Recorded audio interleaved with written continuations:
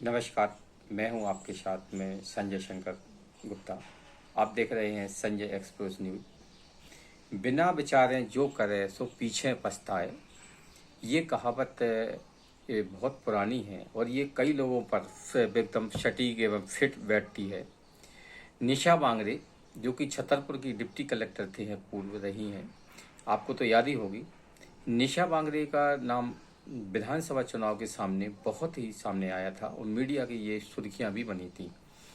अब निशा बांगरे ने राजनीति करने यानी चुनाव लड़ने के लिए अपनी अच्छी खासी डिप्टी कलेक्टर की नौकरी छोड़ दी थी। अब निशा बांगरे अपने इस फैसले पर पछता रही हैं और उन्हें लगता है कि उनको नौकरी फिर से वापस मिल जाए और राजनीति से उनका 6 महीने के अंदर ही मोह भंग हो गया है। निशा बांगरे तब चर्चा में आई थी जबकि उन्होंने अपना डिप्टी कलेक्टर के पद से इस्तीफा दे दिया था और उन्होंने कहा था कि वे चुनाव लड़ना चाहती हैं।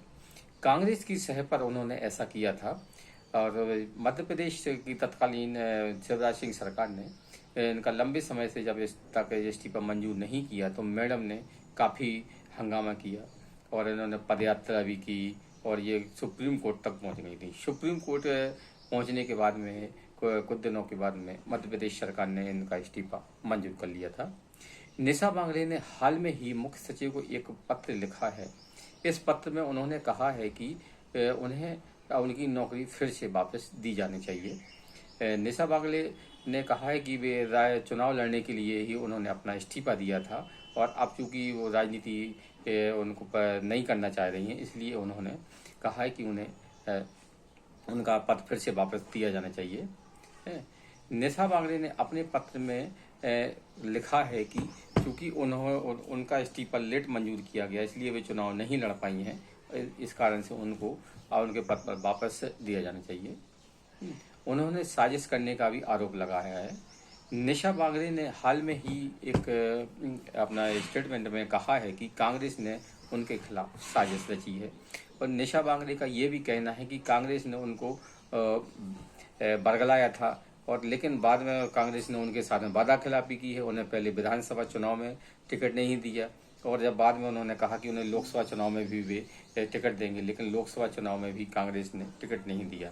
निशा बांगरे का कहना है कि कांग्रेस ने तो डॉक्टर भीमराव अंबेडकर तक को धोखा दिया है, तो वे क्या चीज़ है? और उन्होंने भीमराव अंबेडकर के कहा है कि भीमराव अंबेडकर जी कहते थे कांग्रेस एक जलता हुआ घर है और कांग्रेस ने तो बाबा साहब को भी टिकट नहीं दिया था। निशा बांगरे यहीं नहीं रुकी, उन्होंने कहा कि कांग्रेस ने उनको साथ न्याय नहीं किया है।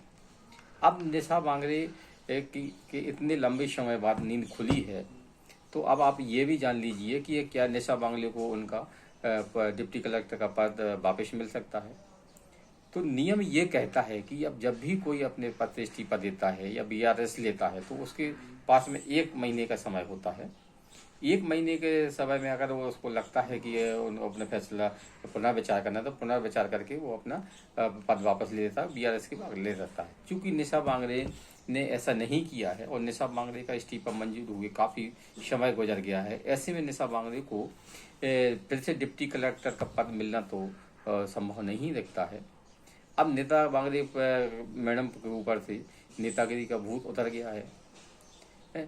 कांग्रेस का तो ये पुराना इतिहास रहा है कि कांग्रेस आप किसी भी व्यक्ति को यूज एंड थ्रो मतलब यूज करके उसको फेंक देती है और ऐसा ही चूंकि विधानसभा चुनाव में कांग्रेस को निशा बांगरे की जरूरत थी, इसलिए उसने निशा बांगरे को बरगलाया और बरगला कर उनका इस्तीफा दिलवा दिया और फिर बाद में निशा बांगरे को टिकट भी नहीं दिया। निशा बांगरे का कहना है कि कांग्रेस ने उनको इस हद तक धोखा दिया है कि विधानसभा चुनाव में 229 सीटों पर कांग्रेस ने उम्मीदवार घोषित कर दिए थे, जबकि एक सीट अमला पर अपना उम्मीदवार घोषित नहीं किया था और वह कांग्रेस ने उस समय उनके से वादा किया था कि जैसे ही आपका इस्तीफा मंजूर हो जाएगा हम आपको टिकट दे देंगे। लेकिन निशा बांगरे का इस्तीफा मंजूर होने के बाद भी कांग्रेस अपने वादे से पलट गई और कांग्रेस ने निशा बांगरे को टिकट दिया। उसके बाद में कांग्रेस ने उनको फिर एक बार आश्वासन दिया कि आपको हम लोकसभा चुनाव में टिकट देंगे। लोकसभा चुनाव में भी कांग्रेस ने उनको टिकट नहीं दिया। अब निशा बांगरे की नींद लंबे समय बाद खुली है और वे चाहती हैं कि उन्हें फिर से डिप्टी कलेक्टर का पद मिल जाए। लेकिन ऐसा संभव नहीं है। ऐसा इसलिए संभव नहीं है कि हर चीज़ के नियम कायदा होते हैं, कानून होता है। आप ऐसा नहीं है कि जब भी आपकी नींद खुले तो आप कहें नहीं हमें तो फिर से वापस आना है, जब आपकी मर्जी हो तो इस्तीफा दे दें, जब आपकी मर्जी हो तो अपना कोई ज्वाइन कर लें। ऐसा नहीं चलता है। अब निशा बांगड़े ना तो घर की रही ना घाट की रही, नौकरी तो उनकी चली ही गई, राजनीति में भी उनका कोई विशेष अस्तित्व नहीं रहा है।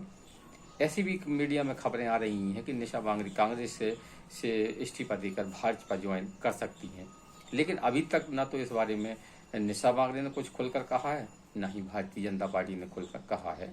फिलहाल निशा बांगड़ी को कांग्रेस ने बहुत ठगा है और ऐसा लग रहा है कि निशा बांगड़ी को बरगला कर निशा बांगड़ी को कहीं का नहीं छोड़ा है।